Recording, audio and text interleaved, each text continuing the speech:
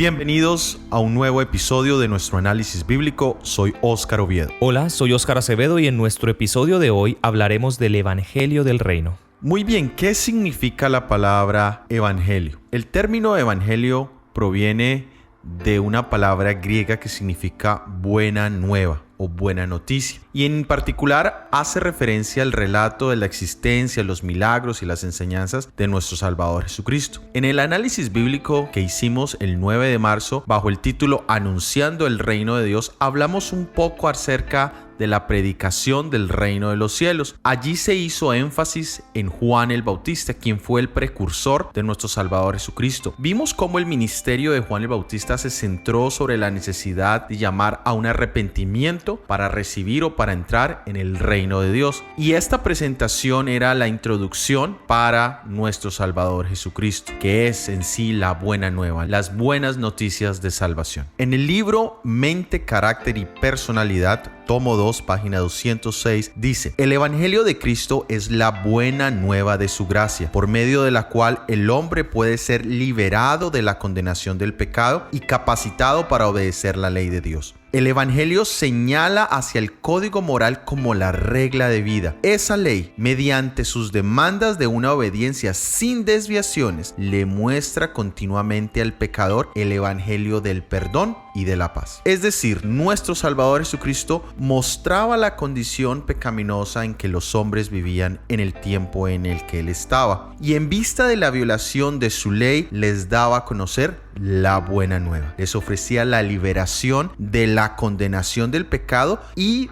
del poder del mismo sobre sus vidas. Esta libertad era mucho más que el perdón, era la capacidad de vivir en obediencia a los principios del reino de Dios sin ser esclavo de la maldad, del pecado de Satanás. Este modelo sigue siendo aplicable para nuestras vidas de una manera diaria. Miremos a Jesús como predicador. En Mateo capítulo 9, versículo 35 nos dice: Y Jesús recorría las ciudades y aldeas, enseñaba en las sinagogas, predicaba el evangelio del reino y sanaba toda enfermedad y dolencia. Miremos dónde hacía su predicación: en las ciudades, en las aldeas, en las sinagogas. Es interesante ver que él predicaba en las sinagogas porque allí podía llegar hasta las muchedumbres que se reunían en ellas, pero luego salía y predicaba junto al mar y en las grandes vías por donde viajaba la gente. De esta forma, las verdades preciosas que él tenía que proclamar no debían limitarse únicamente a las sinagogas. ¿Qué predicaba? Él enseñaba el evangelio, las buenas nuevas. Enseñar significa conducir al hombre a la experiencia más íntima con la voluntad divina, puesto que la doctrina afecta tanto el intelecto como a la voluntad humana. Y si lo vemos de una forma un poco más práctica en nuestro diario vivir, enseñar es hacer ver de forma práctica mediante una explicación o una indicación cómo funciona, se hace o sucede algo. Predicar es proclamar una verdad divina específica, en este caso el evangelio, pero enseñar es algo un poco más cercano. El trabajo personal de Jesús con el pueblo y con sus propios discípulos era cercano, mientras que predicar era para hablar directamente a las masas. Entonces tenemos dos parámetros de este mismo trabajo. Mientras se personalizaba y se hacía algo más cercano con los discípulos, a las masas se le predicaba o se le hablaba las verdades del evangelio eterno. ¿Cómo predicaba Jesús? Jesús atendía las necesidades del cuerpo, del alma y del espíritu. Cuando hablamos de las necesidades del cuerpo, hablamos de las dolencias, las enfermedades, todo aquello que afecta directamente el cuerpo. Y Él iba a todos los enfermos y les ayudaba. Por otra parte, cuando hablamos del alma, podemos entender a esta parte del conocimiento o las emociones. Y Él trabajaba educando de forma general, desde los fariseos hasta el más pequeño de los niños, para darle a entender las buenas nuevas del evangelio. Cuando hablamos de las necesidades del espíritu, Él le predicaba a las personas haciéndoles entender la conexión que debe haber con Dios, como en el caso de Nicodemo, que aunque tenía todo el conocimiento, aún no estaba conectado con Dios. Ahora miremos que nuestro Señor Jesucristo, como maestro, como instructor, pasó la misma misión a sus discípulos. Nuestro Señor Jesucristo, en el libro de Mateo capítulo 10 versículo 7 y 8 nos dice: Y proclamad que el reino de los cielos está cerca, sanad enfermos, limpiad leprosos, resucitad muertos, echad fuera demonios. De gracia recibisteis, dad de gracia. Aquí encontramos de parte de nuestro Salvador su misión, la misión que su iglesia debería cumplir de ahí en adelante. Y la podemos resumir en inglés, se resume en una frase que se llama TOTO, T-O-T-T-O. Toto en español es también la marca de una serie de bolsos deportivos y ropa deportiva, pero en inglés traduce to teach others to teach others. Es decir, la misión de enseñar a otros que enseñen a otros. Y eso es exactamente lo que el Señor Jesucristo aquí estaba comisionando. Estaba diciendo, ved y dad lo que ya habéis recibido. Y de esa manera los que lo recibieran también tendrían la misión de recibir algo y pasar. Dice, cuando Jesús envió a los 12 en su primera misión de misericordia, les encargó que fueran a predicar el reino de Dios y a sanar a los enfermos. La parte teórica de la enseñanza y la predicación del evangelio no se limita simplemente a ritos, ceremonias, credos y teorías. Si fuera de esta manera, cualquier persona del común pudiera entenderla simplemente con la investigación, como se entienden o se estudian muchísimas otras cosas en este mundo. Pero el evangelio de Jesús es un poder salvador, es un principio que viene exclusivamente de Dios y es una experiencia personal que da poder para que el alma pueda ser renovada a través del poder de Dios. En el versículo que leíamos mencionaba 3 grandes áreas, decía sanad enfermos y limpiad leprosos. Está hablando de ministrar a la parte física de las personas, los que estaban enfermos, los que tenían problemas físicos, y luego pasa y dice resucitad muertos y echad fuera demonios. Durante el ministerio de nuestro Señor Jesucristo encontramos que sus milagros en cuanto a la resurrección de muertos no fue mucha, es decir, en el tiempo del Señor Jesucristo el número de personas que morían era alto, tal vez como lo es hoy en una población similar a la que habían en el tiempo del Señor Jesucristo, pero él se limitó en su ministerio a hacer 3 resurrecciones, es decir, es parte del ministerio, pero es algo limitado, porque en sí su objetivo final es mucho más que darnos vida o extendernos la vida terrenal, es darnos la esperanza de la vida espiritual, y es allí donde esa resurrección también tiene una aplicación de carácter espiritual. ¿Cuántas personas habían y hay hoy en día que están muertos en vida? Es triste compararlo, pero podríamos decir que viven una vida vegetal, es decir, nacen, crecen y mueren, podríamos decirlo de alguna manera. Y hay una parte interesante en esta área, dice echad fuera demonios. Esta es el área donde personas tienen problemas espirituales. La influencia del enemigo o la presencia del enemigo en sus vidas ha hecho de sus vidas algo miserable. Y hoy en día también tenemos esa misma problemática, pero de alguna manera hemos obviado o ignorado esa área, donde simplemente justificamos o tratamos de racionalizar problemas espirituales con cosas físicas o tangibles, cuando una persona está sufriendo de ciertos síntomas como los que nos menciona la historia de la sanación del endemoniado en Gadarena. Allí encontramos ciertos síntomas que se repiten a veces en la vida de las personas, y es allí donde también el Señor nos ha dado la misión de echar fuera demonios, sacar la influencia del enemigo de las vidas de las personas. Y en la parte final del versículo dice, de gracia recibisteis, dad de gracia. Es decir, yo no puedo dar lo que no he recibido. Yo no puedo perdonar si no he sido perdonado. Yo no puedo amar si no he sentido el amor de Dios. Yo no puedo sanar o dar lo que yo mismo no he recibido. Entonces es parte de la misión, es haber experimentado personal e individualmente el poder de Dios en mi vida para que yo de esa misma manera pueda ir, pero entienda que ha sido la obra de misericordia de nuestro Salvador Jesucristo. Hablemos un poco de la sanidad física. La sanidad física se encuentra íntimamente ligada con la comisión evangélica. En la parte física, Jesús siempre buscó enseñar la ley causa y efecto.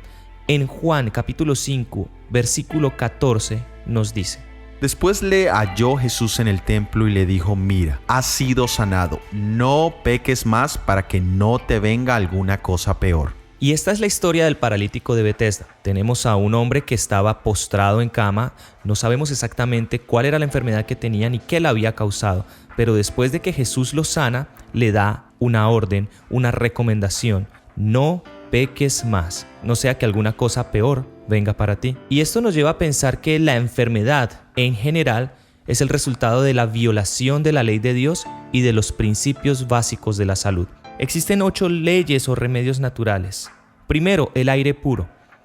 Es necesario para todos nosotros, todos los seres humanos necesitamos aire, es el combustible para nuestro cerebro. La oxigenación en nuestro cuerpo nos trae salud. El segundo, el sol, que nos aporta la vitamina D, nos ayuda incluso a nivel emocional, ya que se ha comprobado que los días soleados son benéficos para nuestra salud mental. Tenemos también la temperancia, que es el uso apropiado de todo lo bueno y la total abstención de lo malo. Un control, un balance, no excedernos en lo bueno y evitar lo malo. El número 4 es el descanso. Un descanso adecuado no es un exceso de descanso como lo hablamos antes con respecto a la temperancia, evitar o abstenerse de abusar de lo bueno. Entendemos el descanso como dormir adecuadamente desde horas tempranas en las noches y aprovechar también el levantarse temprano. El exceso de sueño nos trae problemas, letargo, pereza durante el día y nos vamos a sentir faltos de energía. Así que un descanso adecuado es esencial. En el número 5 tenemos el ejercicio, mínimo 3 veces por semana. Un ejercicio donde el ritmo cardíaco sea elevado y podamos transpirar. Esto es una seña de un buen ejercicio físico. En el número 6 tenemos la dieta balanceada. Una dieta que no exceda ni proteínas ni carbohidratos, que tenga un balance. En el número 7 tenemos el agua, 8 vasos diarios, sin contar los otros líquidos que tomemos. También la hidroterapia, que es el uso de agua de forma exterior, nos ayuda a controlar algunas enfermedades, en el caso de la fiebre, como medios físicos para evitar que esto se agrave. Tenemos técnicas como las frotaciones, como los baños de asiento, tenemos muchos usos terapéuticos del agua, la hidroterapia. Y el 8, y no menos importante, la confianza en Dios, la oración, la meditación en la palabra de Dios, el compartir con otros la palabra de Dios. Todos estos aspectos nos va a llenar a estar llenos de salud física, mental y espiritual. En la historia del paralítico de Betesda no sabemos qué causó su enfermedad, cuál había sido el principio que este hombre había violado, si fue la ley o si fueron los 8 principios básicos de la salud. Pero vemos también la necesidad de hacer un cambio, una reforma que favorezca nuestra salud. Y a esto lo llamamos una reforma pro salud. Es el cuidado de nuestros cuerpos, la utilización de los principios de la salud que mencionamos anteriormente. Y esto se halla íntimamente relacionado con el mensaje del tercer ángel. Y se halla tan relacionado que es como el brazo con el cuerpo. Pero el brazo no puede tomar el lugar del cuerpo. La proclamación o la presentación del mensaje del tercer ángel, los mandamientos de Dios y el testimonio de Jesús son la preocupación básica de nuestro mensaje como Iglesia de Cristo. La presentación de los principios de la salud deben unirse con este mensaje, pero en ninguna forma deben ser independientes de él y de ninguna manera deben ocupar su lugar. Debe haber un balance. Si nosotros vemos la proporción que hay en nuestro cuerpo, si el brazo es más grande que el cuerpo, esto es anormal. El brazo no puede ser todo el cuerpo, ni tampoco podemos considerar un brazo tan pequeño que sea totalmente inútil. Debe ser un brazo que vaya en proporción a nuestro cuerpo y tenga una utilidad. Nosotros usamos los brazos para trabajar, para protegernos, para servir. Utilizamos nuestros brazos en todas las actividades de nuestra vida y esa es la utilidad que debe tener este mensaje de la salud en nuestra predicación del Evangelio. Una ayuda, un brazo derecho del mensaje que debemos nosotros dar como iglesia. El triple mensaje angélico mencionado anteriormente. Al integrar en nuestras vidas los principios de la salud veremos grandes milagros, no solo en nuestras vidas, sino en las vidas de las personas con las que trabajamos. Y esto lo podemos ver en las experiencias que nosotros tenemos a diario. Por lo menos, el agua es una solución magnífica para el estreñimiento. Las enfermedades como la diabetes se puede controlar, incluso se pueden curar totalmente por medio de la dieta. Otro ejemplo sería los beneficios que tiene el ejercicio físico para nuestro sistema circulatorio. En el libro Consejos sobre el régimen alimenticio tenemos algo muy importante. Dice, las circunstancias no pueden producir reformas. El cristianismo propone una reforma del corazón. Lo que Cristo obra dentro se realiza bajo el dictado de un intelecto convertido. El plan de comenzar afuera y tratar de obrar hacia el interior siempre ha fracasado y siempre fracasará. El plan de Dios con usted es comenzar con la raíz misma de todas las dificultades, que es el corazón. Y entonces del corazón mismo surgirán los principios de justicia. La reforma será exterior así como interior. Y es importante entender esto. Cualquier cambio que queramos hacer en nuestra vida, cualquier inicio de una reforma total, no puede hacerse de forma exterior. Primero, no podemos aparentar que cambiamos algo o que mejoramos algo. Tenemos que estar totalmente conscientes que esto empieza en el corazón. ¿Y quién mejor para trabajar en el corazón que nuestro Señor Jesucristo? Muy bien, ¿y cuál es entonces la misión para nosotros hoy en día? En el libro de Mateo, capítulo 24, versículo 14, leemos: Y este evangelio del reino será predicado en todo el mundo, por testimonio a todas las naciones, y entonces vendrá el fin. Nuestro Señor Jesucristo aquí nos indica la importancia de la comunicación de este mensaje. Y hay algo que siempre he puesto en mi vida, y es el hecho de que si estoy errado en este conocimiento, me gustaría saber en qué estoy errado. Pero si no estoy errado y tengo la verdad, me gustaría que todo el mundo supiera la verdad. Y es aquí en este pasaje donde vemos que este mensaje será predicado a todo el mundo. Me gustaría que leyésemos en el libro de los Hechos, capítulo 1, versículo 8. Pero recibiréis poder cuando haya venido sobre vosotros el Espíritu Santo, y me seréis testigos en Jerusalén, en toda Judea, en Samaria y hasta lo último de la tierra.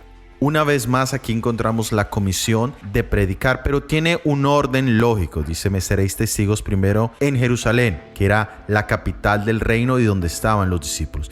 De allí se iban a expandir a la provincia en general, o al departamento, o al estado, como le llamemos hoy en día. Y de ahí íbamos a ir al estado siguiente, a la provincia siguiente, y de ahí nos expandiríamos al resto del mundo. Aquí encontramos que nosotros debemos empezar a hacer esa predicación personal en nuestros hogares, con nuestros amigos, con nuestros compañeros de trabajo, de estudio, y de allí podemos empezar a expandirnos. Especialmente existe el llamado a que nosotros lo hagamos en la ciudad donde vivimos y busquemos el lugar donde hay personas, busquemos los lugares concurridos. Hay un pasaje del Espíritu de Profecía que me gustaría leer, es Testimonios para la Iglesia, volumen 9, página 122, que dice: en los mundialmente renombrados centros de salud y de afluencia de turistas, atestados de miles de personas que buscan salud y placer, deben estacionarse pastores y colportores capaces de llamar la atención a las multitudes. Vigilen estos obreros la oportunidad de presentar el mensaje para este tiempo, y vigilen estos obreros la oportunidad de presentar el mensaje para este tiempo, y realicen reuniones cuando tengan ocasión de hacerlo. Sean rápidos para aprovechar las oportunidades de hablar con la gente. Acompañados por el poder del Espíritu Santo, presenten a la gente el mensaje que dio Juan el Bautista: arrepentidos, que el reino de los cielos se ha acercado. La palabra de Dios ha de ser presentada con claridad y poder, para que los que tengan oídos para oír, oigan la verdad. Así el evangelio de la verdad presente será colocado en el camino de los que no lo conocen, y será aceptado no por pocos, y llevado por ellos a sus propios hogares en todas partes del mundo. Es decir, que aquí nos invita a hacer un trabajo de predicación masivo en áreas donde vemos gran cúmulo de personas. Y también hoy tenemos la facilidad de las redes sociales. Existen redes sociales que son útiles, como Facebook, YouTube, Instagram, Twitter, pero cada una de ellas también tiene un gran peligro, y es por eso que debemos ser muy cuidadosos y sabios cuando pensemos utilizar estas redes, porque podemos caer, como ya lo vimos anteriormente en uno de nuestros análisis bíblicos, donde las redes sociales se han vuelto una trampa para los cristianos, donde en cambio de nosotros ir a hacer luz, terminamos recibiendo oscuridad en nuestro corazón y en nuestra mente. Es decir, que es de tener mucho cuidado. Ahora, ¿qué debemos nosotros estar compartiendo? Indiscutiblemente es el evangelio completo de nuestro Señor Jesucristo. Debemos utilizar nuestro testimonio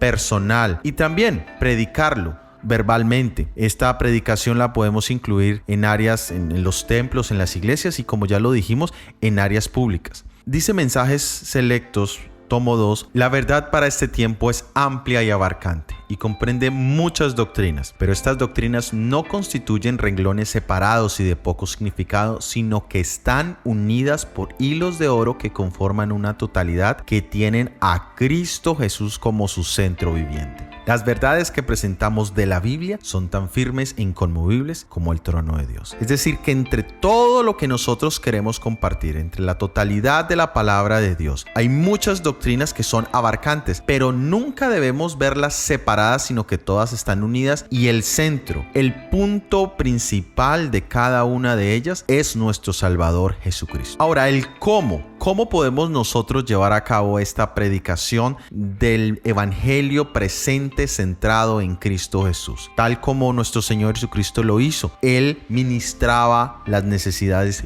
físicas y para ello tenemos un mensaje de salud que brinda asistencia y atención a esas necesidades físicas del cuerpo. También tenemos que apelar a la mente, al intelecto. Pero ¿cómo podemos nosotros hacer esa presentación? ¿Cómo podemos tomar o hacer el mejor uso de las oportunidades que se nos presentan cuando podemos hablar del evangelio? Porque podemos caer en dos extremos. Uno es hablar demasiado y confundir a las personas, o a veces terminamos diciendo tan poco que las personas no entienden ni qué es lo que creemos ni qué es lo que queremos compartir. Nosotros debemos tener una lista básica y cada uno de nosotros debería desarrollarla de los puntos que queremos resaltar del conocimiento y del evangelio de nuestro Salvador Jesucristo. Pero todos deberían ir centrados en nuestro Señor Jesucristo. Uno de los puntos más notables en nuestro mensaje es la práctica del día de descanso, el día sábado. Pero ¿cómo podemos presentar eso de una manera clara y concisa? Es sencillo, es el tiempo que nosotros queremos disfrutar y compartir con nuestro Salvador Jesucristo, tiempo que el Señor separó para nosotros. Es como cuando nosotros sacamos el tiempo para compartir con los seres amados, y ese tiempo es sagrado, ese tiempo es edificante, ese tiempo lo disfrutamos y ese tiempo lo cuidamos. Dios ha puesto un templo de tiempo, un lugar donde podemos buscar comunión con nuestro Salvador Jesucristo. También creemos en la segunda venida de nuestro Salvador. ¿Y qué tiene importante ese mensaje? Que estamos prontos a verle cara a cara. Es el encuentro personal con aquel que dio su vida por salvarnos. También nosotros creemos en el tema del santuario, y allí que encontramos que se cumple el ministerio completo de nuestro Señor Jesucristo. Vemos a Jesús como el Cordero, vemos a Jesús como el sacerdote y vemos a Jesús como el Rey de Reyes. También hemos hablado del mensaje de salud, que el objetivo es poder glorificar a Jesús en mi vida y en mi estilo de vida. También nosotros creemos en un mensaje acerca del estado inconsciente de los que fallecen, el cual da esperanza de la resurrección, el cual nos aclara que ninguna persona está siendo torturada o que nuestros seres queridos nos están viendo desde un lugar y tal vez están sufriendo al ver nuestra condición. La Biblia es clara y exalta que en Jesús, tal cual, Él vino y murió, y cuando murió descansó, y solo cuando resucitó se incorporó una vez más a la vida. También encontramos el tema central de la salvación. Aquellos que están pasando por problemas con sus acciones, con su carácter, con su naturaleza, encontramos a Jesús, que es la buena nueva, es el evangelio, es la verdad. También encontramos los dones de carácter espiritual. El Señor ha dotado a su iglesia con dones espirituales para que podamos llevar a cabo este ministerio, esta gran comisión. Y por último, también encontramos que vivimos algo que llamamos el gran conflicto, y que ese conflicto está centrado en vindicar el carácter de Dios delante de toda la raza humana, y que tú y yo tenemos el privilegio de hacer parte de ese desarrollo de ese conflicto. Y ahora, de manera espiritual, también debemos mencionar que aunque conozcamos muy bien la palabra de Dios y sus doctrinas, es solamente la transformación que hace el Espíritu Santo en nuestro espíritu que logra transformar nuestro carácter. Es triste ver cuando nosotros, que somos conocedores de la palabra de Dios, no somos correspondientes con nuestra forma de ser. Y eso da un gran testimonio de realmente en quién hemos creído. Ese es un reflejo de realmente quiénes somos. Cuando Jesús ha vivificado mi espíritu, seré un reflejo de Él mismo. El libro de Proverbios, capítulo 23, versículo 26 nos dice: Dame, hijo mío, tu corazón, y miren tus ojos por mis caminos. El Señor nos hace una invitación, y debiera ser mi primera súplica a mi Salvador que Él pudiera transformar mi corazón. Porque cuando nosotros tenemos un corazón transformado, nos será más fácil poder mirar por los caminos, por los deberes que el Señor tiene. Muchas veces, si ya lo hemos leído, hacemos al contrario. Queremos primero andar por los caminos. Primero queremos arreglar nuestro camino en la vida. Y al intentar hacerlo, resultamos siendo obedientes en cierta manera, pero no tenemos esa transformación de carácter. Aún carecemos del amor que transforma y subyuga las emociones de nuestra naturaleza humana. Nuestra verdad central la encontramos en el libro Maranata, El Señor viene. Dice, Cristo colgando de la cruz era el Evangelio. Ahora tenemos un mensaje. He aquí el Cordero de Dios que quita el pecado del mundo. Los miembros de nuestra iglesia no querrán conservar los ojos fijos en un Salvador crucificado y resucitado en quien se centran sus esperanzas de vida eterna. Este es nuestro mensaje, nuestro tema, nuestra doctrina, nuestra advertencia al impenitente, nuestro estímulo para el sufriente, la esperanza para cada creyente. Si podemos despertar el interés de los hombres para que fijen los ojos en Cristo, podemos ponernos a un lado y pedirles únicamente que continúen fijando los ojos en el Cordero de Dios. Aquel cuyos ojos estén fijos en Jesús, dejarán todo. Morirá al egoísmo. Creerá en toda la palabra de Dios que es tan gloriosa y admirablemente ensalzada en Cristo. De esta manera hemos llegado al final de este episodio del análisis bíblico. Encuentra el vínculo al estudio completo en la descripción. Para la próxima semana tendremos el análisis bíblico titulado Un gran obstáculo para entrar al reino. Si ha sido de bendición, por favor compártelo con al menos una persona. Y tenemos una pregunta para ti. ¿Qué papel estás desempeñando en la predicación del Evangelio del Reino? Déjanos tu respuesta y tus opiniones en los comentarios. Este material ha sido producido por el Ministerio 147. Recuerda que puedes escucharnos en iTunes, Spotify, Google Podcast y en YouTube. Suscríbete y activa las notificaciones. Que Dios te bendiga. Amén.